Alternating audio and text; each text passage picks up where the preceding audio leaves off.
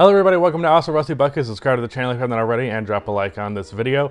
Air Forces are still dirty. Bitch about it in the comment section. I do not care.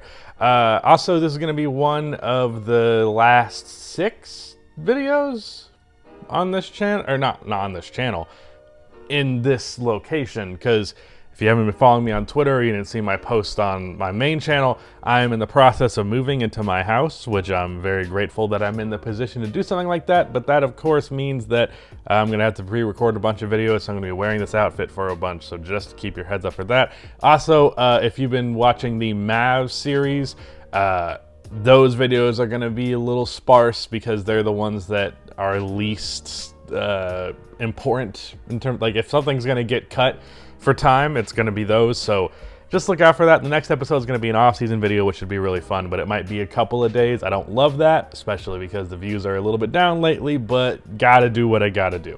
So anyways, today's video is talking about Russell Westbrook and how he has played in the preseason as a whole. I'm actually dropping a video on my main channel tomorrow, which will talk about that a little bit, but in this video, I want to talk about specifically some of the concern and some of the criticism that has been levied in Russell Westbrook's direction in this preseason.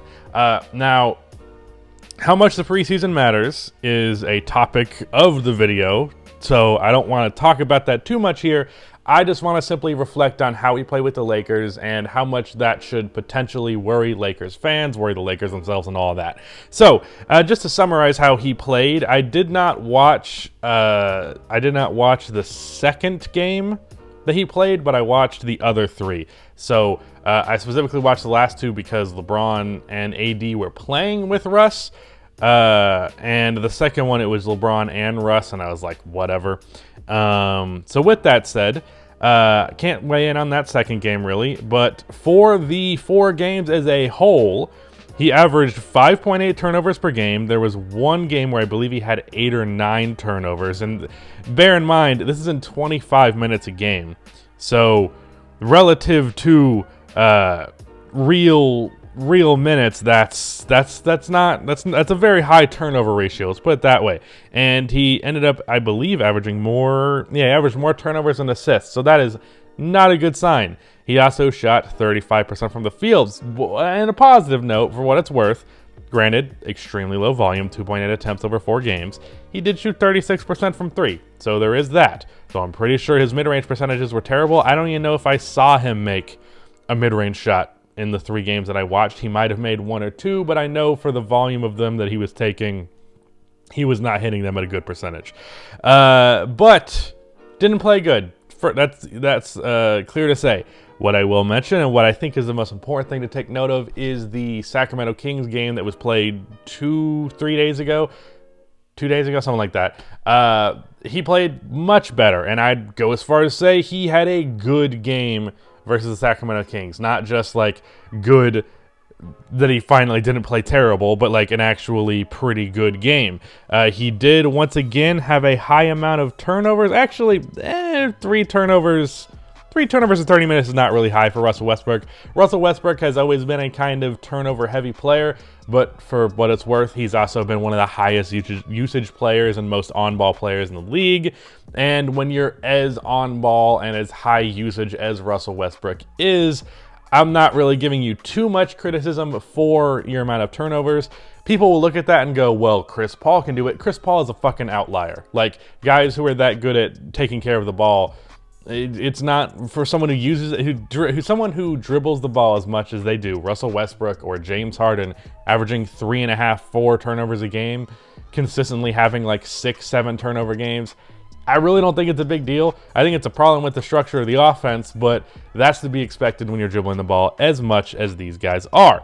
But Russell Westbrook in this Kings game, what really stood out was the fact that he was doing more stuff off of the ball. He was doing a lot of cutting action, and he shot some threes, 1 for 3 from the field, but from 3, but cuts, good drives. I think he started off the game with a really aggressive drive. He had a really fantastic give and go give and go and then give back play to DeAndre Jordan. But just the way that he was actually trying to look active off ball, that's the biggest concern with Russell Westbrook and the Lakers this year. Like, the lack of a three-point shot is obviously the thing, but like, I think especially in the regular season, LeBron is going to be doing the most off-ball work of his entire career. And Russell Westbrook, for the regular season at least, that should be fine because he's still going to be the guy. I would bet that Russell Westbrook dribbles the ball more this year than LeBron James. But I would also bet that when LeBron has the ball and Russell Westbrook does not, the fact that he's just kind of standing there is going to be a detriment to the offense. I don't think it will outright break it, but it's definitely not going to be good. And he will hopefully, like, statistically, his catch and shoot numbers and the ones out of the corner are like passable. It's like, it's not good that he shoots the percentage that he does for a catch and shoot and 4 corner shots, but I think he's had seasons where he shot like 36% on catch and shoot corner threes and things like that. If he can do that, it's definitely not the worst shot in the world. And the way to mitigate the fact, though, that he is not a good three-point shooter is doing cut stuff, and he did showcase that in this Kings game. Got a couple of plays assisted to him on those cuts. He went 7 for 12 from the field. It keeps the defense honest. It keeps them focused on him and not just able to let him sit in the corner while he waits for the ball, because that's the thing. James Harden has this same issue, although he's did a little bit better with it on the Nets as he's done more off-ball stuff there. But like, just kind of sitting there whenever he doesn't have the ball and waiting for it. Russell Westbrook specifically, James Harden would do it a little bit, but Russell Westbrook does it to an even further extreme. There'd be a lot of plays where he'd be like 6 feet behind the three-point line. Like, obviously he's not doing anything out there, and he's just kind of waiting for the ball back. And it's like, dude, get to a spot where you can hit a spot up three and get to a spot where you could cut or something like that.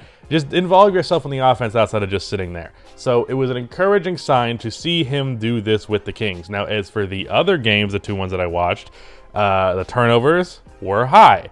The shots were not dropping. There were a couple of not good attempts with the mid-range jump shots that the defense is always going to be happy with. 1 or 2 pull-up threes that I was like, Russell Westbrook should not be taking pull-up threes. So that is definitely something to make note of. In terms of whether or not Lakers fans and the Lakers should really be concerned with this, I'm going to go towards a big old no on that. And here's why. Russell Westbrook, 1, is a high turnover player, and 5.8 per game in a preseason, adjusting to a type of system that he has never played in before. I don't think it's the end of the world. I think it's a sign of something that could potentially be a problem, but I really don't think it's a big deal, and I think it's something that'll hammer itself out as time goes on. And then more importantly, with Russell Westbrook specifically, and with LeBron James teams specifically. Swish Out made a really good point in, he did like a predictions video. Predictions for things that were going to happen this season. Bold predictions, whatever. He said the Lakers are going to start off horrible, and I could not agree more. The reason why? LeBron James teams almost always start off the season poorly, especially if there's been a big difference, a big personnel change. And Russell Westbrook also, in the last couple of years, ever since his MVP campaign really, he tends to start the year off slow, and then you'll notice like people start the year and they're like, oh, is Russell Westbrook good?